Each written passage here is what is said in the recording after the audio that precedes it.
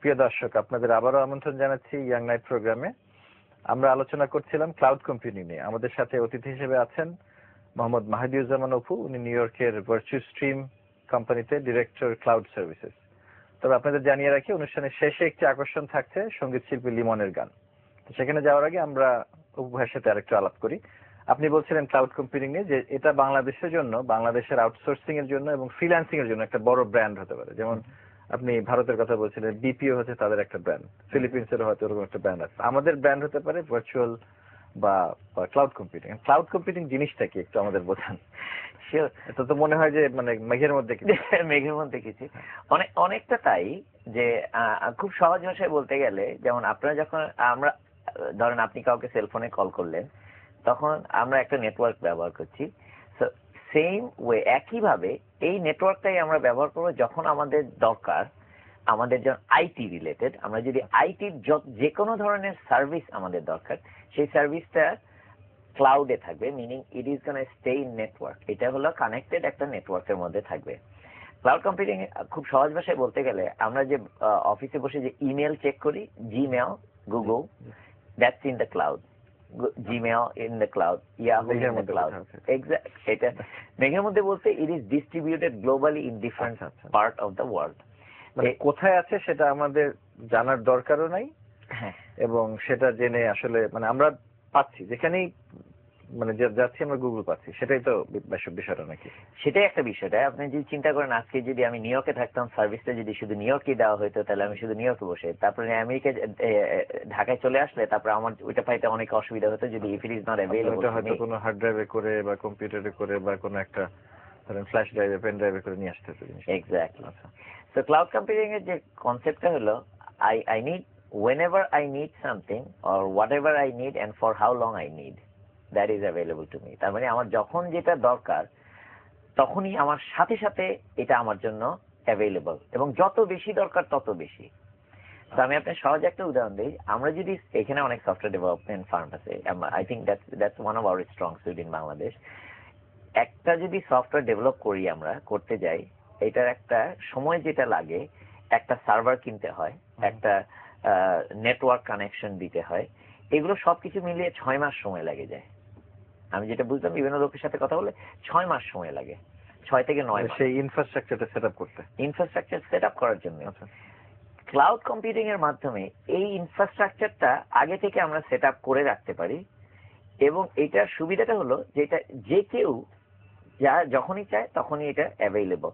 তার মানে যে 6 মাস আমার যেটা লাগে যেটা করার জন্য, I can get that in an hour, 1 ঘন্টার মধ্যে আমি সেটা পেয়ে যেতে পারি। তো আজকে যদি আমি ধরেন ফর এক্সাম্পল একটা ব্যাংক, যে কোনো একটা ব্যাংক হঠাৎ করে একটা সফটওয়্যার দরকার, এবং তারা বললো আমরা এই সফটওয়্যারটা দরকার, আমি চাই। তো তখন একটা সফটওয়্যার কোম্পানি বললো যে আচ্ছা আমি তোমাকে এটা বানিয়ে দিব।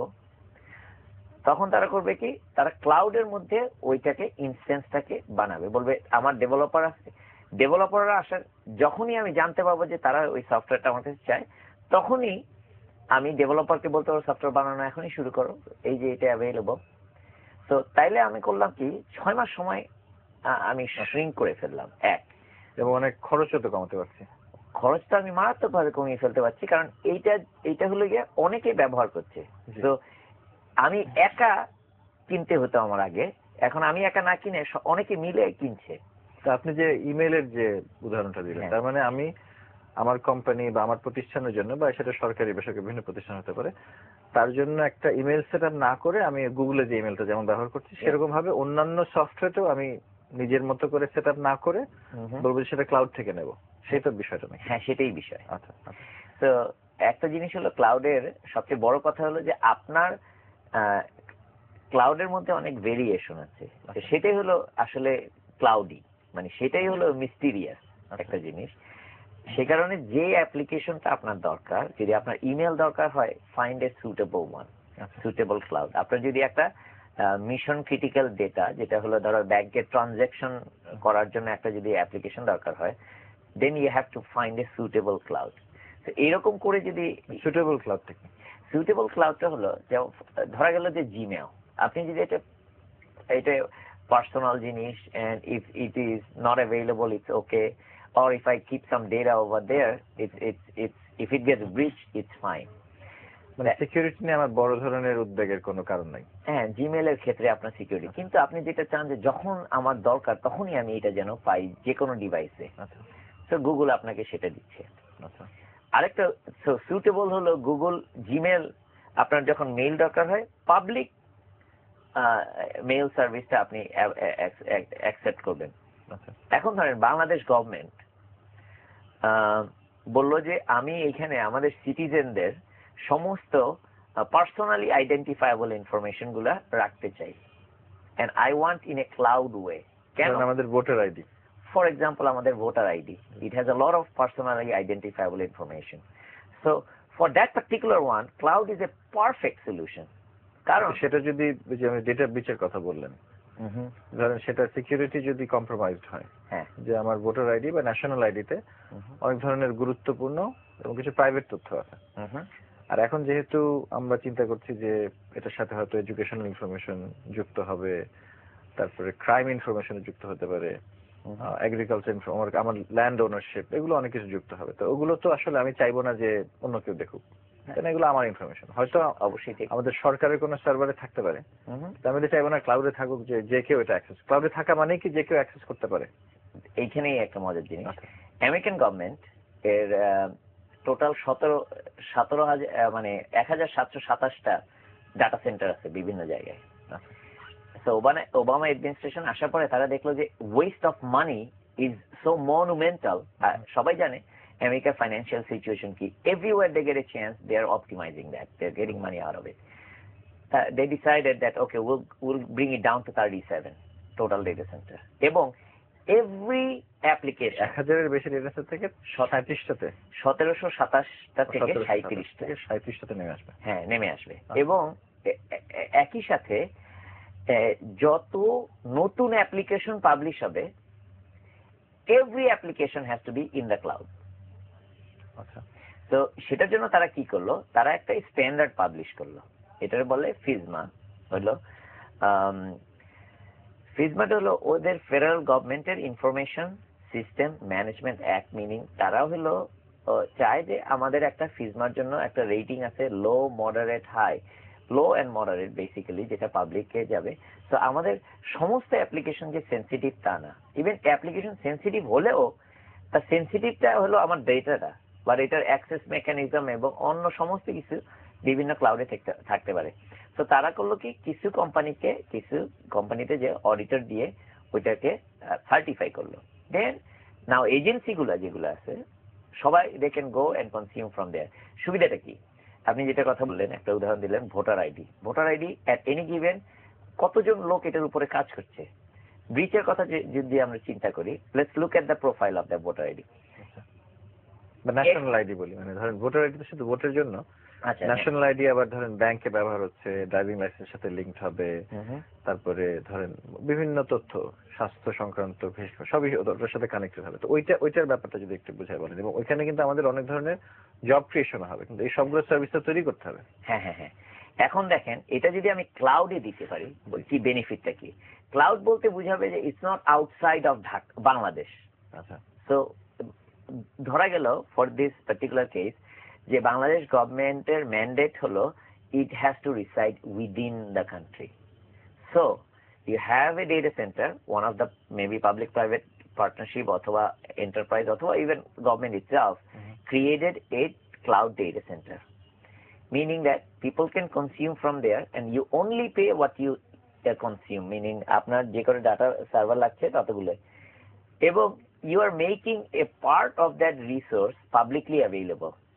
আপনি যেটা কথা বললেন ন্যাশনাল আইডির জন্য প্রথমে তো ওটা করা হচ্ছে, এবং এটা কিভাবে করা হচ্ছে আমি দেখলাম যে it's not done by the government by itself, it is done by enterprises, so other people have personal data in paper, তাই না? So data breach এর কথা যদি বলেন, there is a governance process you're going to be establishing in a cloud, the way that you have done একইভাবে যেভাবে আপনি কাগজে কলমের, কারণ কাগজে প্রচুর পরিমাণ দিস্তা কাগজে করে মানুষের ব্যক্তিগত জিনিস লেখা আছে, how are you protecting that? তো আমার অফিসে কেউ না ঢুকলে তো এটা নিতে পারছে না, আপনার অফিসে ক্লাউডে দিয়ে দিলে, হ্যাঁ ধরেন কে কোনখান থেকে নিচ্ছে আমি তো জানতেও পারবো না। সেটা হ্যাকিং হচ্ছে, তারপরে ধরেন আরো তো অনেক ধরনের সমস্যা আছে। আপনার অফিসে কি আপনি একাই থাকেন? না, কিন্তু ধরেন লিমিটেড, তাই না? তালা চাবি থাকে, গার্ড থাকে না এগুলো? না, আপনি সেটা ঠিকই বলছেন, বাট জিনিসটা হলো যে it is somewhere you have to think that it would be breached. আচ্ছা, এইভাবে যদি আপনি চিন্তা করেন, that's how you create a real true guard, তাই না? এটা যদি ব্রিচ হবে, আমি ধরে নিব এটা ব্রিচ হবে। যদি ব্রিচ হয়, হাউ ডু আই মিটিগেট? তখন আপনি বলবেন যে ওকে, এইটাকে এনক্রিপ্টেড হতে হবে। খুব সহজ ভাষায় বলতে গেলে এই ডাটাটা হলো যে cloud service provider he is only a mere custodian. সে হলে কি আপনি যদি চিন্তা করেন ব্যাংকের বাইরের গার্ডটা, তার মানে ওই গার্ডের কিন্তু ভল্টের ভিতরে কি আছে সেটা তার কোনো অ্যাক্সেস নাই। ইভেন ব্যাংকের ম্যানেজারেরও ওইটার মধ্যে অ্যাক্সেস নাই। কারণ আমি যদি যাই, আমার ধরেন তাদের ভিতরে ব্যাংকের ভল্টের মধ্যে আমি কয়েকটা প্রাইস বন্ড রাখলাম, I have to go with my কি, আমার কি এবং ব্যাংকের একটা কি আছে, এই দুইটা টুগেদার দিলে আমি ওইটা খুলতে পারবো। সিম্পল অ্যাজ দ্যাট সিকিউরিটি, তাই না? এখন যেটা দেখা যায়, আমি যদি ইলেকট্রনিক্যালি যদি এই জিনিসটা এবং এই গাইডলাইন গুলো যদি আমি সেট না করি, এই ব্যাংকের ভল্টটা হলো একটা গাইডলাইন। আমি বলি যে একটা কি থাকতে হবে সবসময়, তোমার একটা কি থাকবে, আমার একটা, এই দুইটা দিয়ে আমার খুলতে হবে। এই দুইটা কি যদি আপনি দেন you just set up the security and the right way. তার মানে কেউ যদি চায়ও, ধরেন আপনি আজকে কাজ করছেন, you are a human being, আপনার ঘরে কাগজ, এইখানে কাগজ আছে, you are the authority at that moment, you can take the paper out because you are alone. আপনি অথবা you are the right authority, but if you put it in the cloud with the right governance model, there would be audit track, chain of custody, সব কিছু এখানে থাকবে। So you cannot just take it out anymore, it's already there. এবং if you take it out, there would be audit trail already that you are the one who took it out. আচ্ছা, বুঝতে পারছি। তো সিকিউরিটির ব্যাপারটা মোটামুটি solve. তার মানে এটা আমরা ক্লাউডে দিলেও ন্যাশনাল আইডির তথ্য বা যে কোনো তথ্য, ব্যাংকিং তথ্য, এটা মানে যার যখন অ্যাক্সেস করতে পারা উচিত সেভাবেই সে অ্যাক্সেস সিকিউরিটি কন্ট্রোল গুলো করা যাবে। আচ্ছা, এখন কানেক্টিভিটির বিষয়টা আসি। মানে ক্লাউডে থাকা মানে হচ্ছে আমার ওই ক্লাউডের সাথে একটা সংযুক্তি লাগবে, তাই না? মানে আমার কম্পিউটারে যদি থাকে, আমার বাসায় থাকে, অফিসে থাকে, স্কুলে থাকে, যেখানেই থাকুক, সেটাতে আমি অ্যাক্সেস পাচ্ছি। ক্লাউডে থাকে মানে আমার ওখানে অ্যাক্সেস হতে হলে আমার কোনো একটা কানেক্টিভিটি মেকানিজম লাগবে। তো এখন আমাদের দেশের একটা বড় সমস্যা হচ্ছে যে আমাদের দেশের কানেক্টিভিটির কস্ট হাই, স্পিড লো, তাই না? যেটা উল্টাটা হওয়া উচিত, তাই না? যদি আমি ক্লাউডে যেতেই হয়, কস্ট থাকতে হবে কম, স্পিড থাকতে হবে বেশি। ওখানে কিভাবে যাওয়া যায় বলে মনে করেন? আপনি টেলিকম, আপনি বলেছেন এমসিআই এর সাথে কাজ করেছেন, বড় একটা টেলিকম কোম্পানি। আসলে আমাদের টেলিকমের ব্যাপারটা কিভাবে চিন্তা করা উচিত বলে মনে করেন? তো আমি যদি ক্লাউডে যাই, this is a first opportunity that যারা ক্লাউডের সফটওয়্যার ডেভেলপ করছে, অ্যাপ্লিকেশন গুলো সফটওয়্যার সার্ভিস প্রোভাইডার, তাদের উচিত একটা জিনিস করা হুইচ ইজ কল ক্যাশিং। নর্মালি ক্যাশিং মানে হলো এই ক্যাশিংটা হলো যে আপনার কম্পিউটারে হোয়াটএভার আপনি যেগুলো ব্যবহার করেন সেই ফাইলেরই একটা শ্যাডো কপি থাকে, এবং whenever you get connected you can keep working. টাকা পয়সার ব্যাপারে কিছু? That's right, ক্যাশিং মানে টাকা পয়সার কিছু না, যেটা হলো একটা কপি থাকে, শ্যাডো কপি আপনার কম্পিউটারে থাকবে। কারণ এখনকার কম্পিউটার গুলো তো অনেক বড় বড় হার্ড ডিস্ক থাকে, মেমোরি থাকে। So it keeps a shadow copy in your computer and periodically when you get connected it just syncs up. এটার বলে block level data transfer, meaning খুবই small amount of data but it gets from the cloud come back to whatever your user interface is. And এই কারণে বলছি যে খুব কম লাগে, because নতুন ক্লাউড গুলা সবগুলা is being access by Android mobile ফোনে and mobile phone does not have a very high bandwidth to begin with. It's only a trigger point. There is no transaction, there is no data transfer. So that's how আপনি এটা access করেন। এই কারণে বলে virtual desktop, meaning the desktop হলো গিয়ে ক্লাউডে, আপনি শুধু ট্রিগার পয়েন্ট ইউজ করছেন। That gives you a lot of new application development capabilities within Bangladesh. যখন এটা বানানো শুরু করবে, what do I do? As a cloud developer, I just built all these applications to make my application. Cloud developerদের সবচেয়ে বড় সুবিধা হলো এটা reusable and repeatable. এটা আমি এই যে একজনের জন্য আমি যেটা বানালাম, এটার বলে মার্কেট প্লেস or অ্যাপ বাজার or iTunes market. So you just publish that. আমরা যদি একটা ন্যাশনাল ক্লাউড হয়, ন্যাশনাল ক্লাউডের মধ্যে একটা বাজার থাকবে, ওই বাজারে আমি এটা পাবলিশ করে দেবো। এখনকার সফটওয়্যার হলে গিয়ে আমি একটা বানালাম একটা ব্যাংকের জন্য, it's done, next one I build it again, I might use a little bit but I build the whole thing again and I customize everything. Next one I প্রত্যেকটার জন্য সময় লাগছে। আচ্ছা আচ্ছা।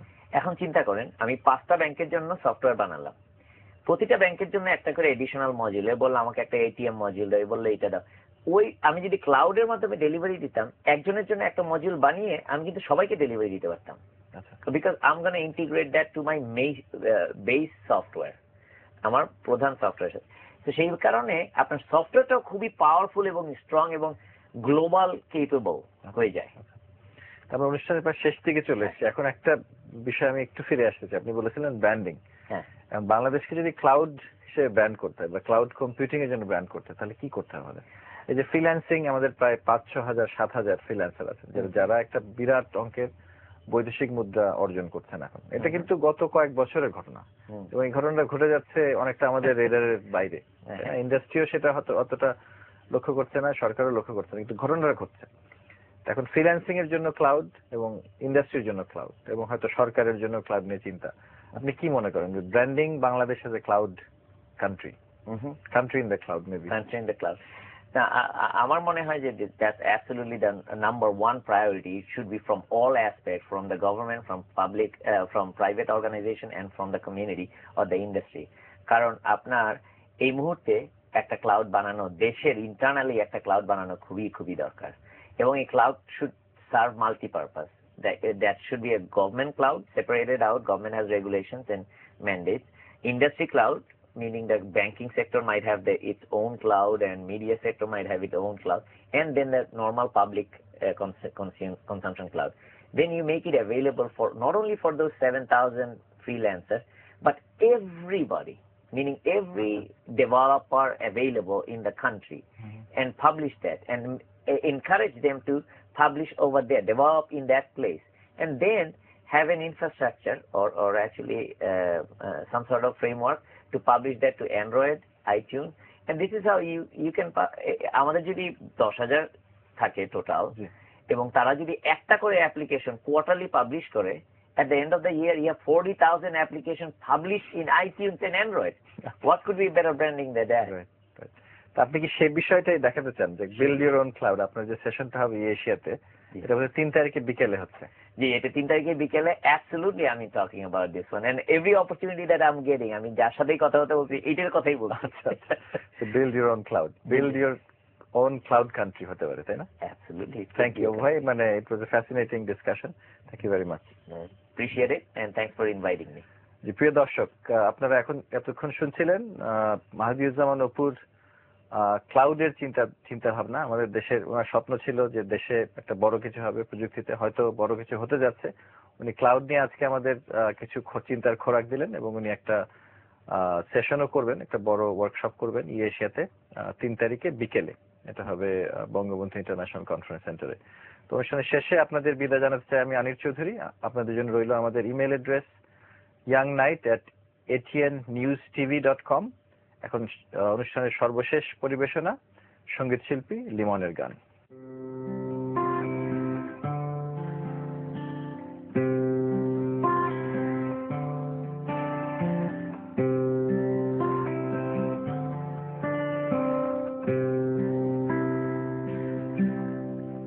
আমি ঘরের হই বাহির আমার টান,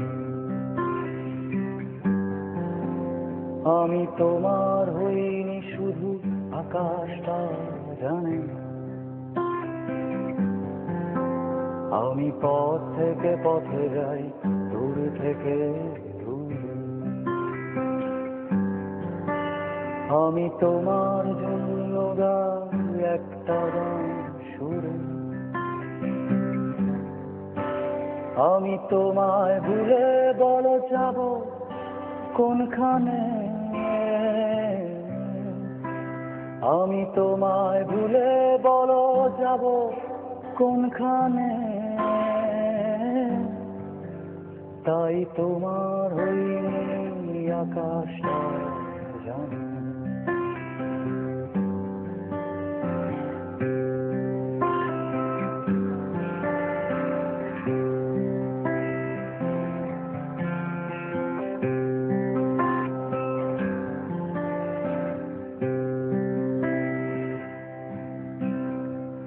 আকাশে পাশের গায়ে শেখা বাতাস বলেছে আমার কানে কানে আকাশে থামেছে আমার পাশের গায়ে শেখা বাতাস বলেছে আমার কানে কানে আমি খুঁজিনি কখনো আকাশে মানে আমি খুঁজিনি কখনো আকাশে মানে তাই তোমার হইনি আকাশটা জানি আমি ঘরের হইনি বাহির আমার জানি আমি তোমার হইনি শুধু আকাশটা জানি আমি পথ থেকে পথে যাই দূর থেকে দূরে আমি তোমার জন্য গাই একটা গান সুরে আমি তোমায় ভুলে বলো যাব কোনখানে আমি তোমায় ভুলে বলো যাব কোনখানে তাই তোমার হইনি আকাশটা জানি